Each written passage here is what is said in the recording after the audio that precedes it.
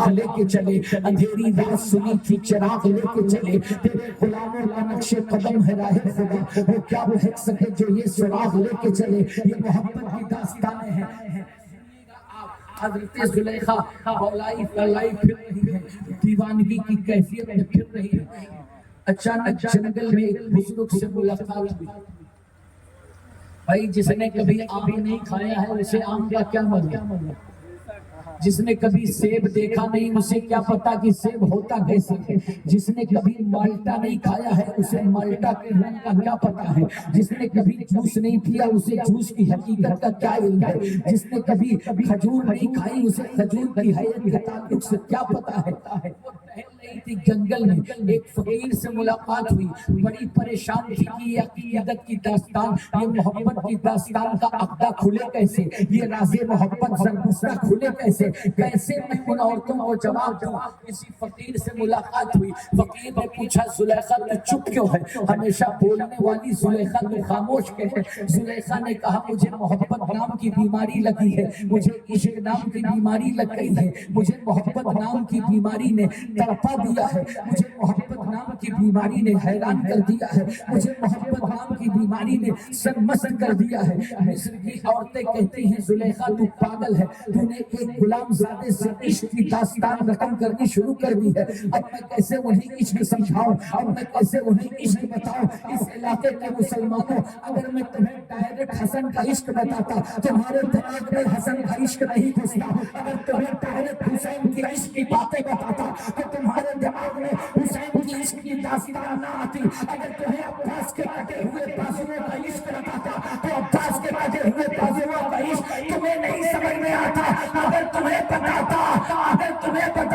کہ 70,000 نقاب ڈالنے والا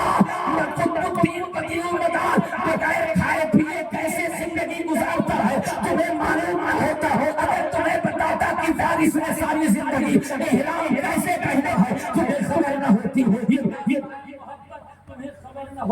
تمہیں پتہ نہ ہوتا۔ ایک بات بتاؤں آپ کو، جو داستان محبت بتا رہا ہوں نا ایک دم انوکھی ہے، ایسی انوکھی کہ دنیا میں اس کا کوئی جواب نہیں۔ فقیر سے پوچھا اس کا علاج کیا ہے، فقیر نے کہا جو تم نے دیکھا ہے وہی اسے دکھا۔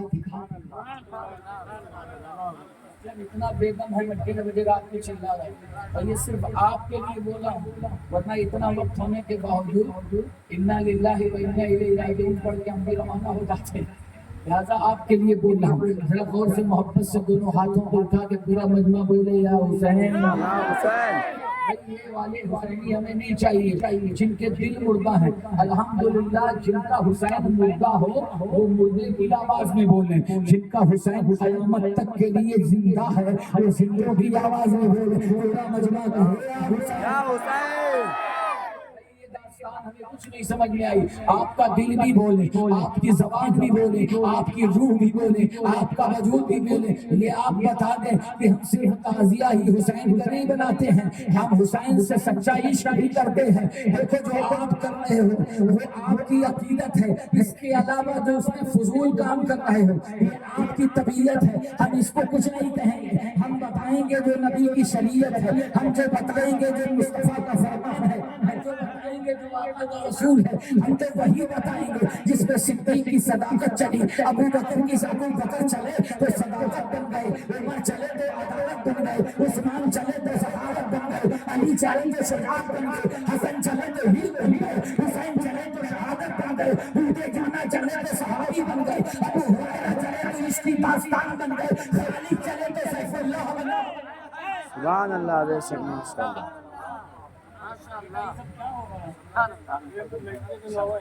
کچھ نہ کچھ ہونا چاہیے۔ سنیے،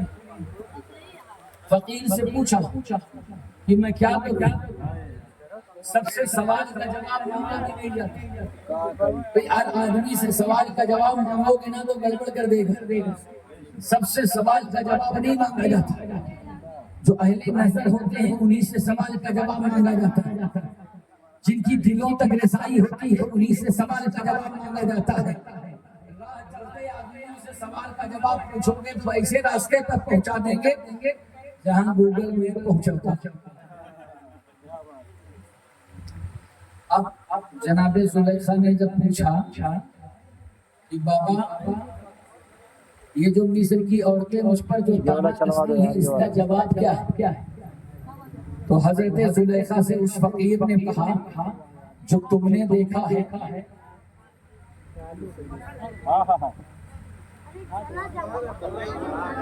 پتہ نہیں کیا دیکھ رہے ہیں، کسے دیکھ رہے ہیں؟ جو تم نے دیکھا ہے وہ انہیں بھی دکھا دے، جو تم نے دیکھا ہے وہ انہیں بھی دکھا دے۔ اچھا ظاہر سی بات ہے اگر بندہ وہی دیکھ لے تو سارا جھگڑا ختم ہو جائے۔ اگر آج کے یہ بندے دیکھ لیتے جو حور نے دیکھا تھا تو سمجھ جاتے کہ حسین کو دینست کیوں کہا گیا ہے، حسین کو بی پناہ کیوں کہا گیا ہے۔ اگر آج کے بندے حقیر حقنی مذاہب کی نظر سے دیکھ لیتے تو انہیں پتہ چل جاتا میرا حسین شہنشاہ بھی ہے، میرا حسین بادشاہ بھی ہے، میرا حسین تقدیر کا مالک بھی ہے، میرا حسین حسین بندگی والا ہے، میرا حسین تو ایسی پراپرٹی کا مالک ہے۔ دنیا کی کسی پراپرٹی کو دیکھو وہ بڑھتی ہے تو ختم ہو جاتی ہے، حسین کو ایسے پراپرٹی ملی ہے جتنا بڑھتی جا رہی ہے اتنا بڑھتی جا رہی ہے۔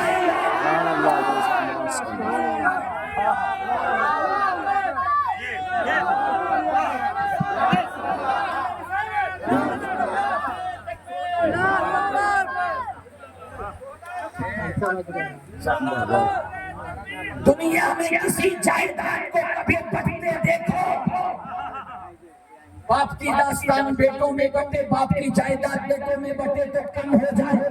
بیٹے کی جائیداد بیٹوں میں بٹے تو کم ہو جائے، بیٹے کی داستان بیٹوں میں پڑھوٹوں میں بٹے تو کم ہو جائے۔ مگر حسین تقدیر کا ایسا مالک ہے جتنا حسین نے بانٹا ہے حسین کی جائیداد بڑھتی جا رہی ہے، حسین نے اپنی جائیداد بانٹی، زین العابدین کو بڑھی، حسین نے اپنی جائیداد بانٹی، جعفر صادق کو بڑھتی جا رہی ہے، امام باقر کو بانٹی بڑھتی جا رہی ہے، امام موسیٰ کاظم کو بانٹی بڑھتی جا رہی ہے، امام علی رضا کو بانٹی بڑھتی جا رہی ہے، جواد تقی کو بانٹی بڑھتی جا رہی ہے، امام نقی کو بانٹی بڑھتی جا رہی ہے، امام حسن عسکری کو بانٹا بڑھتی جا رہی ہے، امام مہدی کو بانٹا بڑھتی جا رہی ہے، غوث اعظم وحی الدین کو بانٹا بڑھتی جا رہی ہے، خواجہ معین الدین کو بانٹا بڑھتی جا رہی ہے، یہ چوچا کرے الدین کو بانٹا بڑھتی جا رہی ہے، دیوا کے وارث کو بانٹا بڑھتی جا رہی ہے، مدار پاک کو بانٹا بڑھتی جا رہی ہے، مخدوم شاہ میرا کو بانٹا بڑھتی جا رہی ہے، سید سالار مسعود غازی کو بانٹا بڑھتی جا رہی ہے، بابا فرید کو بانٹا بڑھتی جا رہی ہے، شہر عالم نوری حضوری کو بانٹا بڑھتی جا رہی ہے، شاہ مناظر علی شاہ کو بانٹا بڑھتی جا رہی ہے، شہباز قلندر کو بانٹا بڑھتی جا رہی ہے، شاہد علی کو بانٹا بڑھتی جا رہی ہے۔ اتنا بڑھی کسی کو مجاہد ملت بنا دیا، کسی کو حافظ بنا دیا، کسی کو صدر شریعہ بنا دیا، کسی کو اعلیٰ حضرت بنا دیا، کسی کو مفتی اعظم ہند بنا دیا، کسی کو صدر شریعہ بنا دیا، کسی کو تاج شریعہ بنا دیا، کسی کو کچھ بنا دیا۔ قیامت تک حسین بڑھتا رہے گا،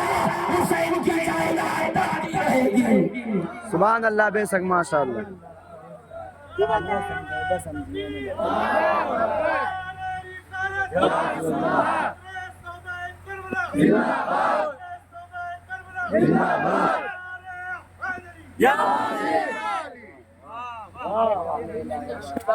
تو اس کی داستان بیان کر کے تھوڑی جاؤں گا، اتنا پیاسا کر دوں گا کتنا انشاءاللہ تھوڑا ہی پلاؤں گا تاکہ تو ایک سال ڈھونڈو ڈھونڈا ہی کریں صدی قیامت کی سپاہی، وہ کیسے ملے جو تیرے دامن میں چھپا ہو،